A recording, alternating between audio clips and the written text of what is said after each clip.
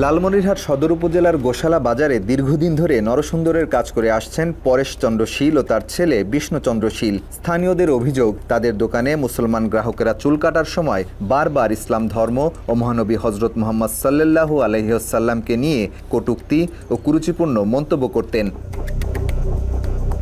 খোঁজ নিয়ে জানা গেছে ২০০০ সাল থেকে ২০২৫ সাল পর্যন্ত এই বাবা ছেলে মুসলমান সমাজের বিশ্বাস ও ধর্মীয় অনুভূতিতে আঘাত করে এমন অনেক মন্তব্য করেছেন। স্থানীয়রা বহুবার এমন আচরণ থেকে বিরত থাকতে বললেও এতে গুরুত্ব দেননি তারা। এই যে নবী রসুল মুসলমানদের ইয়েতে কিভাবে একটা বিভ্রান্ত সৃষ্টি করা যায় বা আমরা যাতে ওখান থেকে বিরত থাকি, এই কথাগুলো তাদের কাছে প্রকাশ্য বলতো, হ্যাঁ, তাদেরকে সরাসরি বলতো। এগুলো জিনিস একটা ওয়াজ মাহফিল নিয়ে একটা কথা হয়েছিল, আমাদের এখানে হাফেজ দেওয়া হবে ওয়াজ মাহফিল। তারপর দেখলাম তো দাদা দুনিয়ার টাকা উঠাইলো, এগুলা শুধু এই যে টাকার ধান্দা। হ্যাঁ, এই মুসলমানরা আর কোনো কাম নাই, দুনিয়ার টাকার ধান্দা। যে 7-8 বছরের এক মেয়েকে বিয়ে করছে, ই করছে, উনি একটা বাজে একটা লোক, তারপর 8-9টা বিয়ে করছে, ঘটনা বুঝছেন। কিন্তু হ্যাঁ, উনি এইভাবে কথাবার্তা বলছে। সবশেষ 20 জুন শুক্রবার ওই দোকানে চুল কাটতে গেলে 19 বছর বয়সী নাজমুল ইসলামের সাথে আলাপকালে ইসলাম ধর্ম ও নবীকে নিয়ে আপত্তিকর মন্তব্য করেন পরেশচন্দ্র শীল। এ সময় মহানবীর বিয়ে এবং কাবাঘর সম্পর্কেও কুরুচিপূর্ণ এবং বিভ্রান্তিকর কথাও বলেন পরেশ। চুল কাটার মাঝপথে উনি আমাকে জিজ্ঞাসা করলেন, তোমাদের যে নবী তার নাম কি? আমি বললাম হযরত মুহাম্মদ সাল্লাল্লাহু আলাইহি ওয়াসাল্লাম। তারপরে উনি আমাকে জিজ্ঞাসা করলেন যে তার স্ত্রী ছিলেন কয়টা? আমি বললাম 11টা। তার পরবর্তী বললেন যে সবার যে ছোট ছিল জয়নাব না কি জানি নাম, তার নাম জয়নাব না, তার নাম হলো হযরত আয়েশা রাদিয়াল্লাহু তাআলা আনহা। এখন বললো, আচ্ছা বলো তো যে তার যে নবীজির যে বয়স, হ্যাঁ, সে কিভাবে পারলো যে তার মেয়ের বয়সী একটা বাচ্চা মেয়েকে বিয়ে করে এই যৌন নির্যাতনটা কিভাবে করলো? তো আমি সঙ্গে সঙ্গে মাথা ঠিক রাখতে পারলাম না। এখন চুল কাটার মধ্যবর্তী অবস্থায় আমি চুপ করে থাকলাম। ওনাকে বললাম আপনি আর একটা শব্দ বলবেন না, চুপ করে থাকেন। এখন চুল কাটছে, এখন শয়তানের ওরে শুধু লারে আমাকে বারবার ঘুতাইতেছে আর বলতেছে, আচ্ছা বলো তো এই অকামটা কেমনে করলো? আমাকে এভাবে বারবার আমাকে ফুসকুনি তুলে দিচ্ছে। তো মধ্যবর্তী শেষ পর্যায়ে চুল কাটা আমি ওই অবস্থায় দাঁড়িয়ে গেলাম। দাঁড়ানোর পূর্বে উনি আরেকটা কথা বলছে যে তোমার দাড়ি রাখার কোনো প্রয়োজন নাই, শেষ বয়সে তুমি দাড়ি রাখবে, এই যুবক বয়সে দাড়ি রাখার প্রয়োজনটা কি? এই ধরনের কথাবার্তা করে আমাকে বিভ্রান্ত করার চেষ্টা করছে। তারপর আমি পরবর্তী সঙ্গে সঙ্গে ওখান থেকে উঠে ওনাকে টাকাটা বুঝিয়ে দিয়ে বললাম যে আমি আপনার আজকে একটা ব্যবস্থা করবো। আপনি আমাদের ধর্ম নিয়ে অবমাননা করেন, আমাদের নবীজিকে নিয়ে গালিগালাজ করেন, আমি আজকে আপনার একটা ব্যবস্থা করবো। এই কথা বলে আমি দোকান থেকে বেরিয়ে আসি। এ ঘটনা দ্রুত বাজারে ছড়িয়ে পড়লে উত্তেজিত জনতা তার দোকানে গিয়ে ঘটনার কারণ জানতে চান, তবে কোনো সন্তোষজনক উত্তর না দিয়ে ক্ষমা চাইতে থাকেন তারা। পরে উপস্থিত জনতা পরেশ ও বিষ্ণুকে পুলিশের হাতে তুলে দেন। জিজ্ঞাসা করার পরে ওনারা আমতা করে পরে আমাদের এইভাবে বলিনি, হ্যাঁ ঠিক আছে, আমাদের ভুল হয়ে গেছে, আমাদের ক্ষমা করেন, আমাদের মাফ করে দেন। হ্যাঁ, তারপরে থানায় খবর দেওয়া হয়েছে। থানায় খবর দেওয়ার পরে থানা তদন্ত অফিসার এসে তাদেরকে থানায় নিয়ে যায়। ও নিজে স্বীকারোক্তি দিছে ওই জায়গায়, ওই যখন ওরা আসছে মসজিদ থেকে, ও নিজে স্বীকারোক্তি দিছে। হ্যাঁ, উনি বলছে উনি নিজে স্বীকারোক্তি দিছে। আমি বলছিলাম বলে না, এরকম আলোচনা না করাই ভালো। কি আলোচনা করে? এই যে মনে করেন ওনাদের ধর্মের কথা, আমাদের ধর্মের কথা, তোমাকে এগুলো না করে, সবাই তো বোঝে না, এগুলো না করাই ভালো। এরই মধ্যে আজিজুর রহমান নামের এক ব্যক্তি বাদী হয়ে লালমনিরহাট সদর থানায় ধর্ম অবমাননার মামলা দায়ের করেছেন। তিনি বাংলাদেশনকে বলেন, মামলার পর থেকে তাকে এবং সাক্ষীদের বিভিন্ন নম্বর থেকে ফোন করে হুমকি দেওয়া হচ্ছে। ইসলামী জঙ্গি বলে হত্যার হুমকিও পেয়েছেন তারা। প্রতিনিয়ত আমাদেরকে ফোন করা হচ্ছে এবং বিভিন্ন ধরনের হুমকি দেওয়া হচ্ছে। দেশীয় নাম্বার দেখতেছি না, এগুলো বাহিরের নাম্বার দেখতেছি।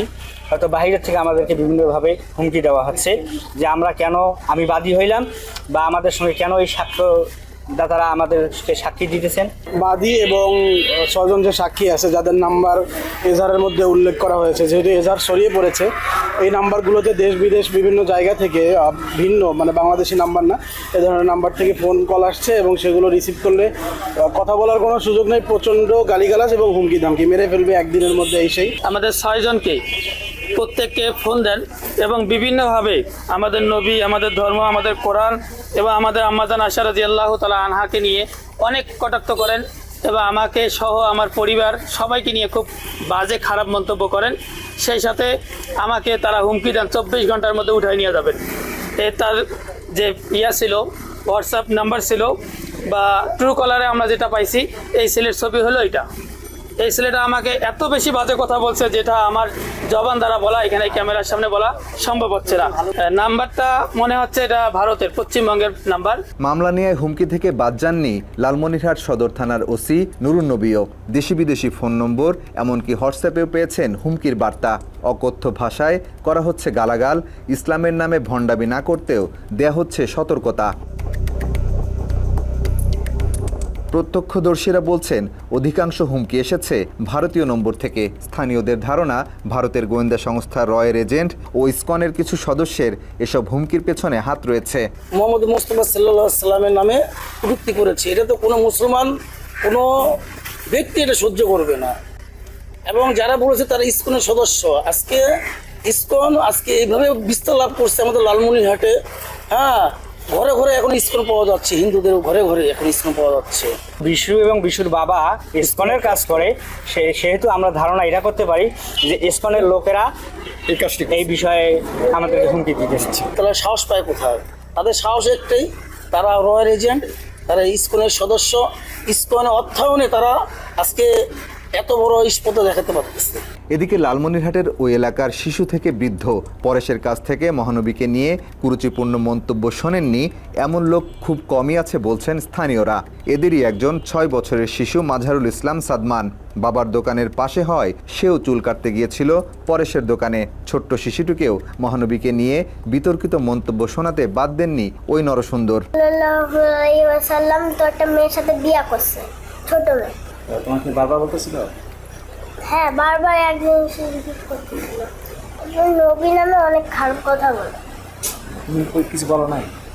না, আমি গেলে মনে দুঃখ পাইছি, এই জন্য টাকা দিয়ে চলি।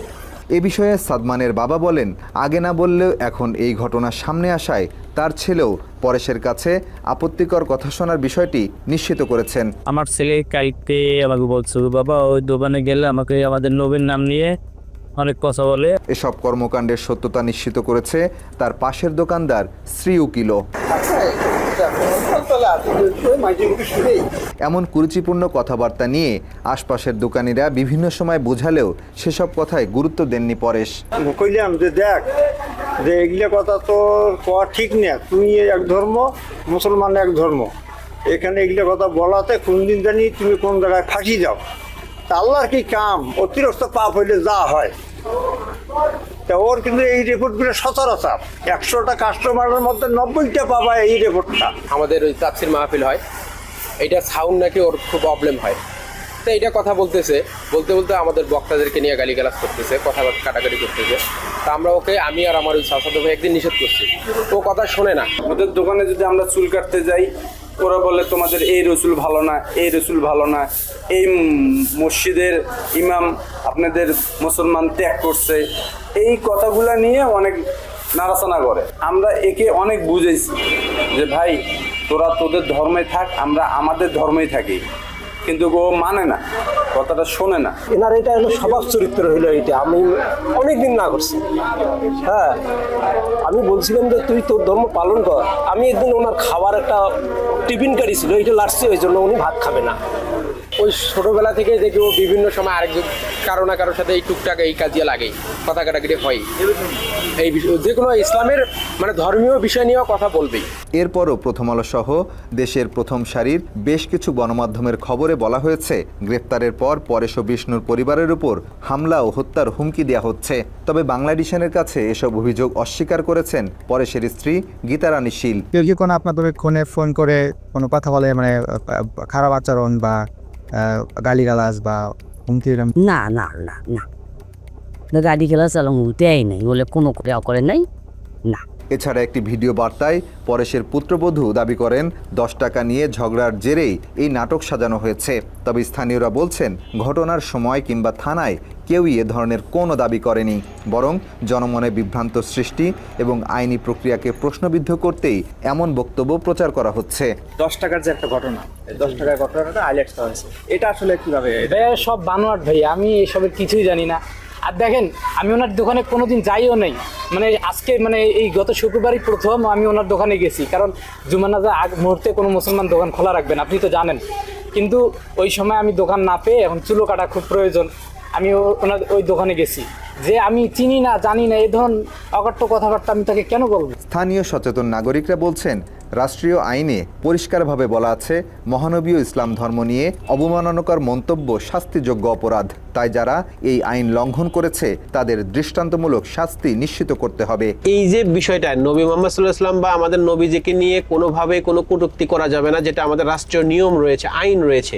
সেই আইন জানার পরেও বা আইনকে বৃদ্ধাঙ্গুলি দেখিয়ে যারা এই ধরনের কাজ করছেন তারা নিশ্চয়ই বাংলাদেশের একটা সদ্যনশীল একটা মহল, যে মহলটা দেশের মধ্যে অস্থিতিশীল পরিস্থিতি সৃষ্টি করার কাজ করছেন, এগুলোকে আরও ভালোভাবে আইডেন্টিফাই করে এবং এদের আরও কঠোর শাস্তি দেওয়া উচিত। এই পরিস্থিতিতে পরেশ ও তার ছেলে বিষ্ণুকে জামিন দিলে ভারতীয় র তাদেরকে হত্যা করে মুসলমানদের উপর দায় চাপানো সহ ধর্মীয় দাঙ্গা লাগাতে পারে বলেও আশঙ্কা করছেন স্থানীয়রা। মাহফুজুর রহমান, বাংলা এডিশন।